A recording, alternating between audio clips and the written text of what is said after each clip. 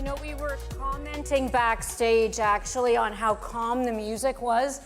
And so we started talking about walk-up songs. I actually want to start with that. What would be your walk-up song to come on and energize us? What would it be? I'm going to say Send or Sonya, and then I'll call you Sonya. I said Stevie Wonder, Boogie on Reggae Woman. All right. How about for you? Well, the first one was Gonna Fly, you know. The Rocky theme. Or the another Rocky. one, Bites the Dust. Another It one. depends on how we're going to act here today. Are we have a sunny outlook or a dark outlook here? How about you, Dennis? This is a walk-up song? Your walk-up song, the song that you know, like let's think of wrestling Walk and you're on coming by. on stage. How about that? Okay, Dion, I like that. So let's now move from our walk-up songs to ESG. Well, no, let's talk about climate change, because I think one good way to just level set is on a scale of 1 to 10, with 1 being like it's not important and 10 being it's the most urgent issue. Where do you think, in terms of priority for the party, it should be? Let's start with you, obviously, the Democrats. Yeah, I mean, I think for the Democratic Party, it's way up there. So I What think number would you put? I'm going to say 7, 7. even 8. You know, Okay. it's way up there for us. How about for you? I think it's more like, for me, a 2. A 2.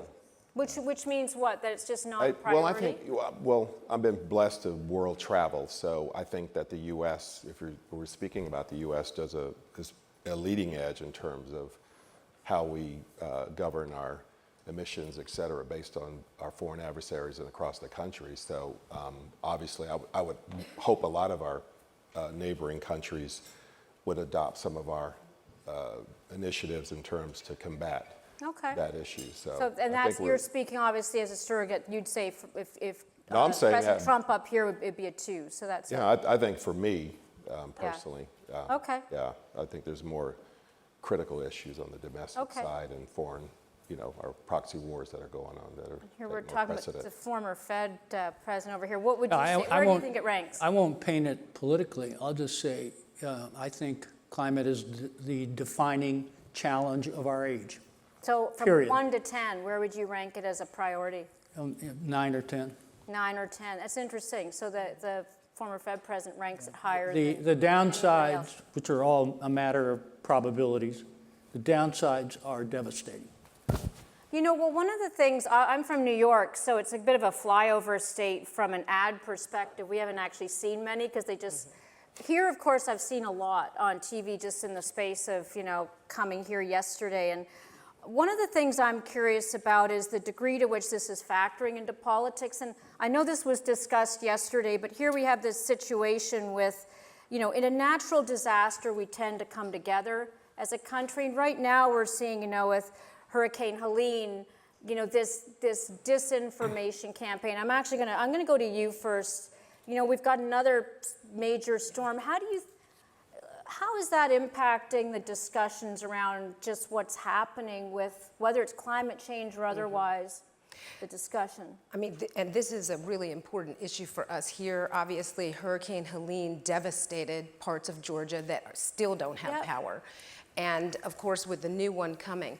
I mean, ultimately, what Georgia has been able to do is work towards recovery. You heard all of the disinformation, really the lies that the president and the vice president hadn't contacted our governor, who very clearly articulated that that wasn't true. I mean, I think the challenge is that, you know, we're requiring courageous leadership in areas where it shouldn't require courage, right? So the governor gets credit for saying the truth. And in fact, you've got a whole other arm of people who want you to believe something different. And when information is flying as quickly as it does, it's easy for people to be in their own echo chamber. That's really the biggest problem. People don't break out of their own echo chamber, and the algorithms are made specifically so you only hear what you want to hear. Well, and let me go to you, because do you think, first of all, there's been a big problem with disinformation right now with what's happening with?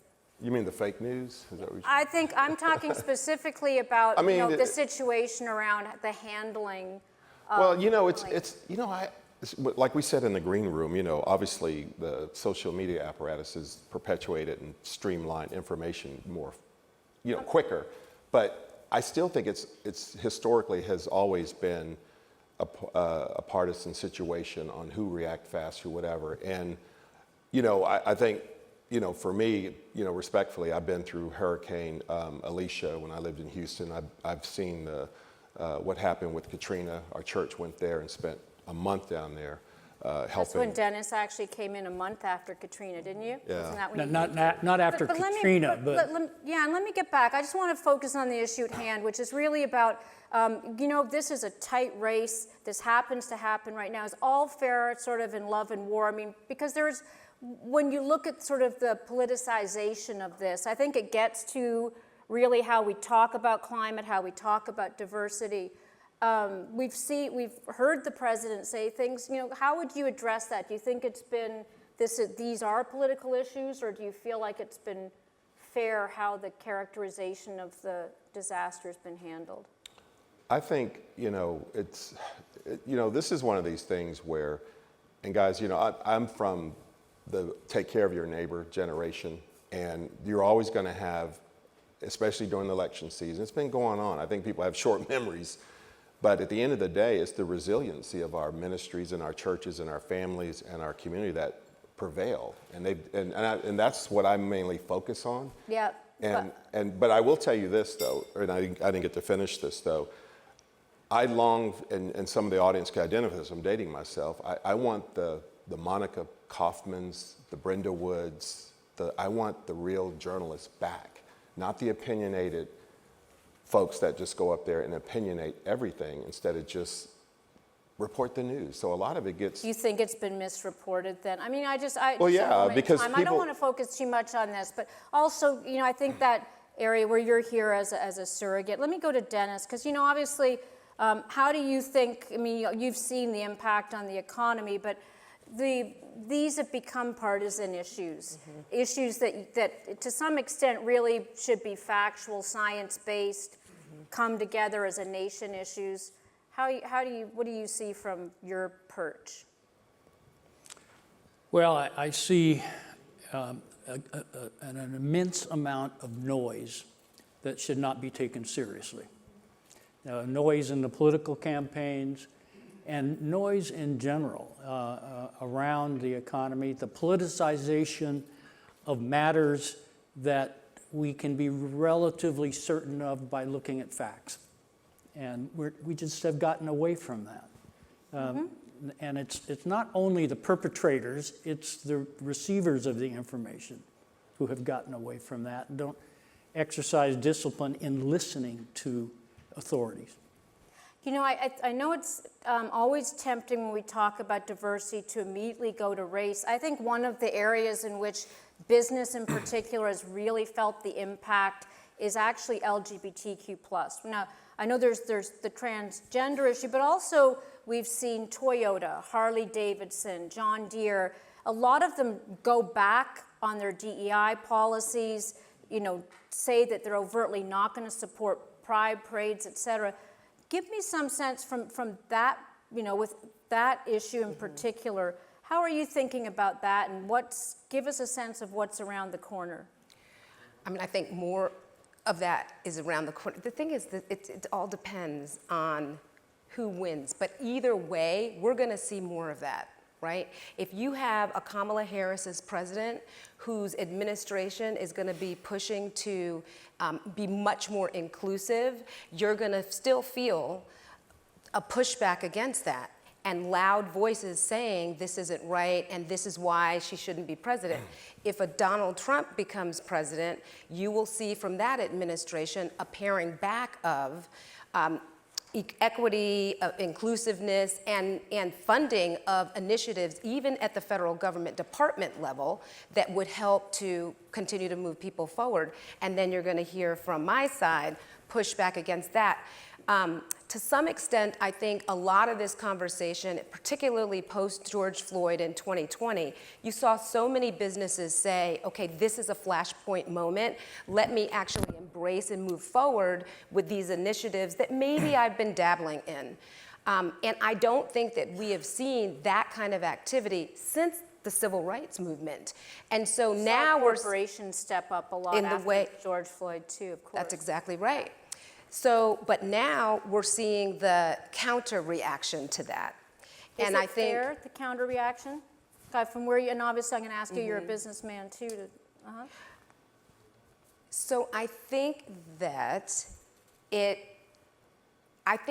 way that it's being framed makes it very easy to think that companies took it too far. And I think that whenever you're changing culture in general, right, there is a process to doing that and getting people to move along with you.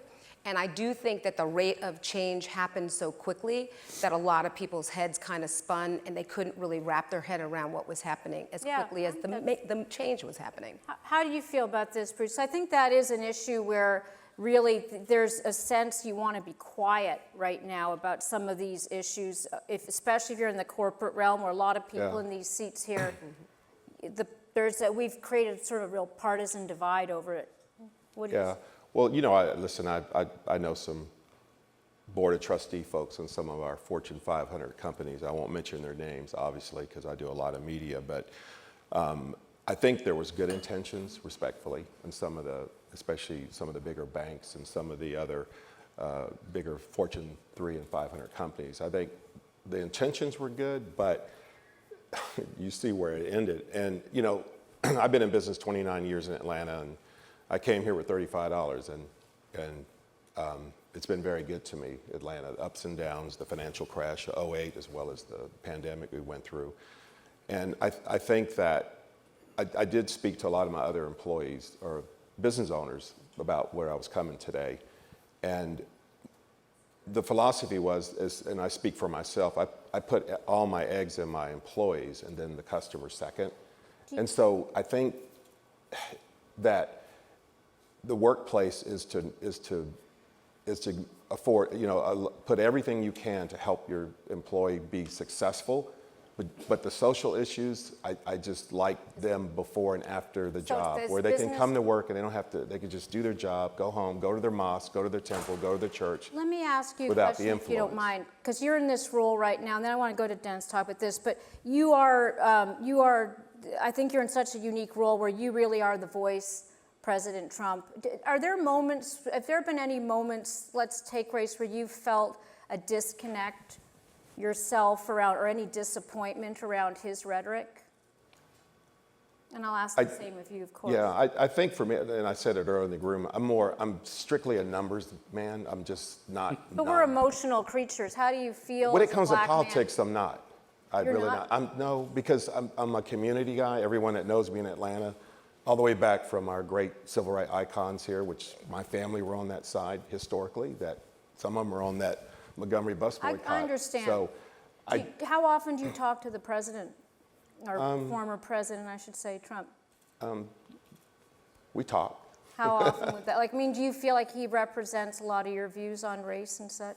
Well, I think he represents the America First agenda, which is pushing back on just not relying on government, but pushing it where we rely on each other as a country, as a community, and that's something I gravitate to.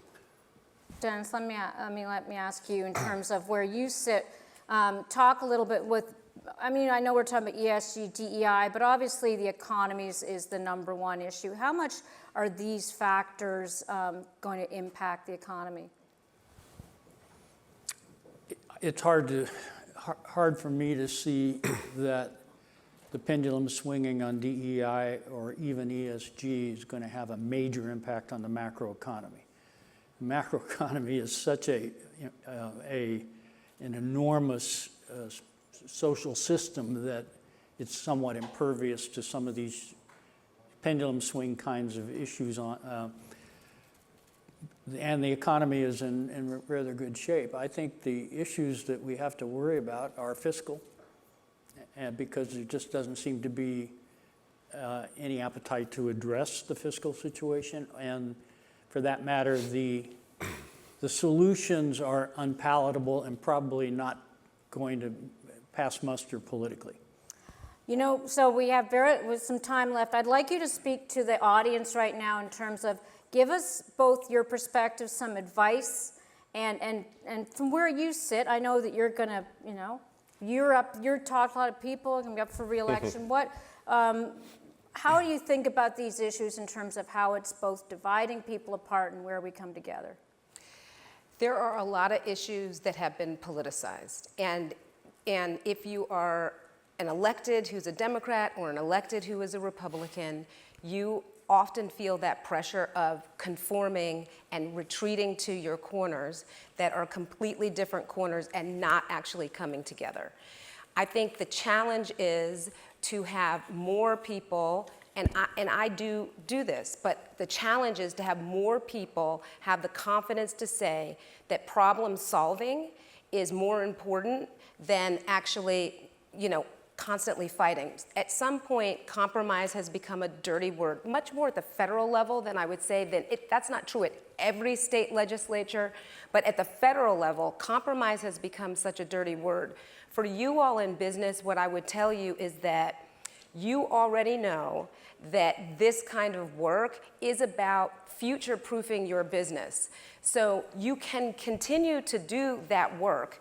At this point, there have not been any laws and policies that have been passed that have held muster in court that would force you to stop. Yeah. At the end of the day, I want to give you a chance, Bruce. I want to give you a chance. What can we expect? If there's a second Trump administration on these issues, especially around race, climate, et cetera, what would you say to the audience?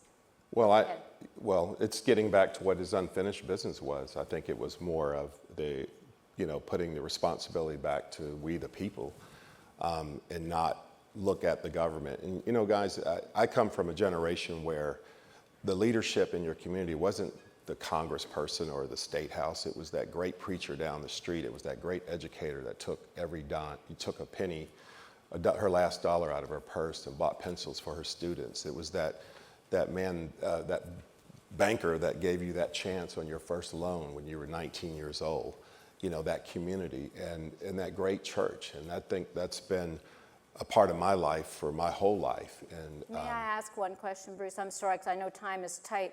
How do you feel conversations about race and climate are going to change? Anything specific there?